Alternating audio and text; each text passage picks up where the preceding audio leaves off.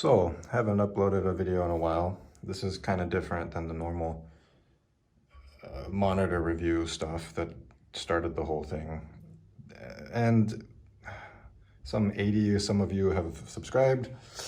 I'm not sure what you're looking for, but anyhow, I just thought I would make a video of the new random things that I'm playing with on this holiday break. So the laptop that I'm recording this on or of isn't good enough to both stream and record and stuff. So this is being recorded on my iPhone, and I wanted to make a video about Ubuntu 2104 on a 2013 MacBook Pro. So this is, as you can see, Ubuntu 2104, make it even bigger.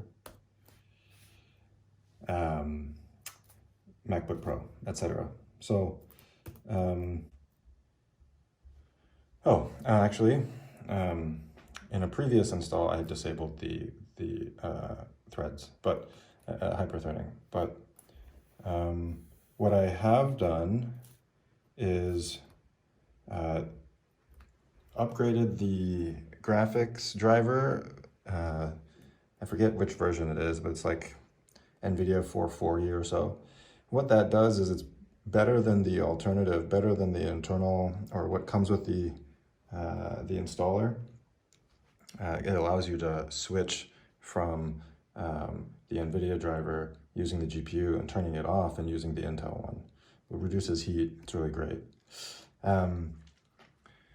I wanted to make this because I haven't used Linux in forever, and I was really impressed that the hardware enablement Ubuntu kernel with its baked-in drivers and all of the goodness that you get from Ubuntu in terms of QA is all here. So things like basically the keys on my on the MacBook keyboard all work out of box. I didn't have to configure anything, which is kind of nice. Let's see if I can. So I can turn the volume up, I can turn it down, I can mute. Brightness controls all work. You can't quite see it. Well, let's see.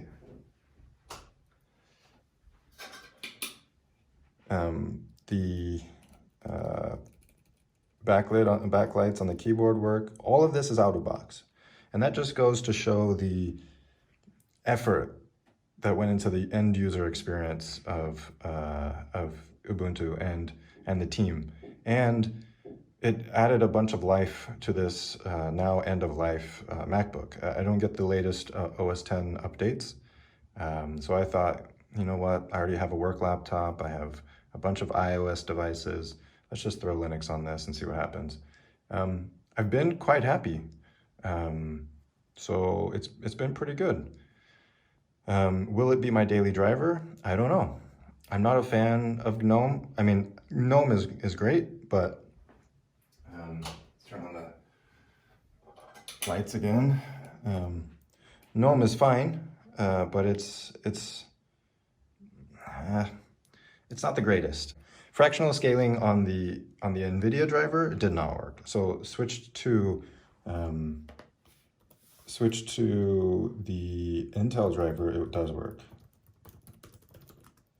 And see, I'm on the Intel driver here. So all in all, I mean, it's great. Can't really complain. If you haven't given Ubuntu a try in a long time, I suggest you do. Especially if you have an old Mac. Oh, one of the things I did want to mention is out of box, the Wi-Fi was enabled. The Broadcom chipset is not an open source driver, and it's a kind of a pain in the butt to get the source, compile it, install it, make sure it's maintained. All of this is done through the Ubuntu sources. So this is an LTS kernel, lots of QA, flip side is you don't get all the latest and greatest things, but it's a really professional workstation, and so I'm quite happy. One thing that's actually pretty cool is I wrote this, where did I put it? Customs, yes. I wrote this Python etc. script to call out to prime select, which is the NVIDIA program to switch between the NVIDIA driver and the Intel driver. This will probably be a different video eventually, but this was a pain in the butt to do in Bash. I did it all in Python. I think it's a lot better. In fact, I will change this to just call an external Python script and not any of this inline shell piping text, so I can, you know, properly develop this and whatnot. But yeah, I mean, basically, having come from Mac OS, which I was quite happy on, everything works fine. In fact, I use it for work, and even though we're given the option of running Ubuntu, the same version, 2104 LTS at work, or Mac OS, the hardware isn't the greatest. So we get the option of higher end Dell Latitudes or, you know, brand new MacBooks. And so just from a typing perspective, since they fixed the keyboard and it's Unixy enough, I chose the Mac at work. But I've always missed having, you know, being able to use Linux, being able to have all the Linux primitives, being able to run things like Docker, Podman, and all these things natively, and not have to use a you know, a VM and Docker, you know, for Mac, and all these, like, they're basically hacks, they're workarounds. And so since all of the processes and production things run on a Linuxy basic host, why not develop on it? And so basically it comes down to Linux on the desktop isn't quite as polished as I'd say Linux on the server is, but it's getting there, and things like this are making the case that Linux on the desktop is really nice, especially if you're coming from something like Mac OS, which is pretty solid.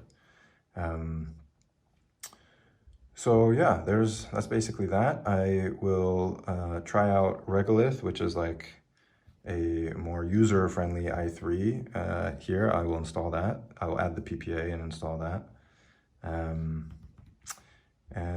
Yeah, maybe there'll be some future videos to see where this goes. Thanks.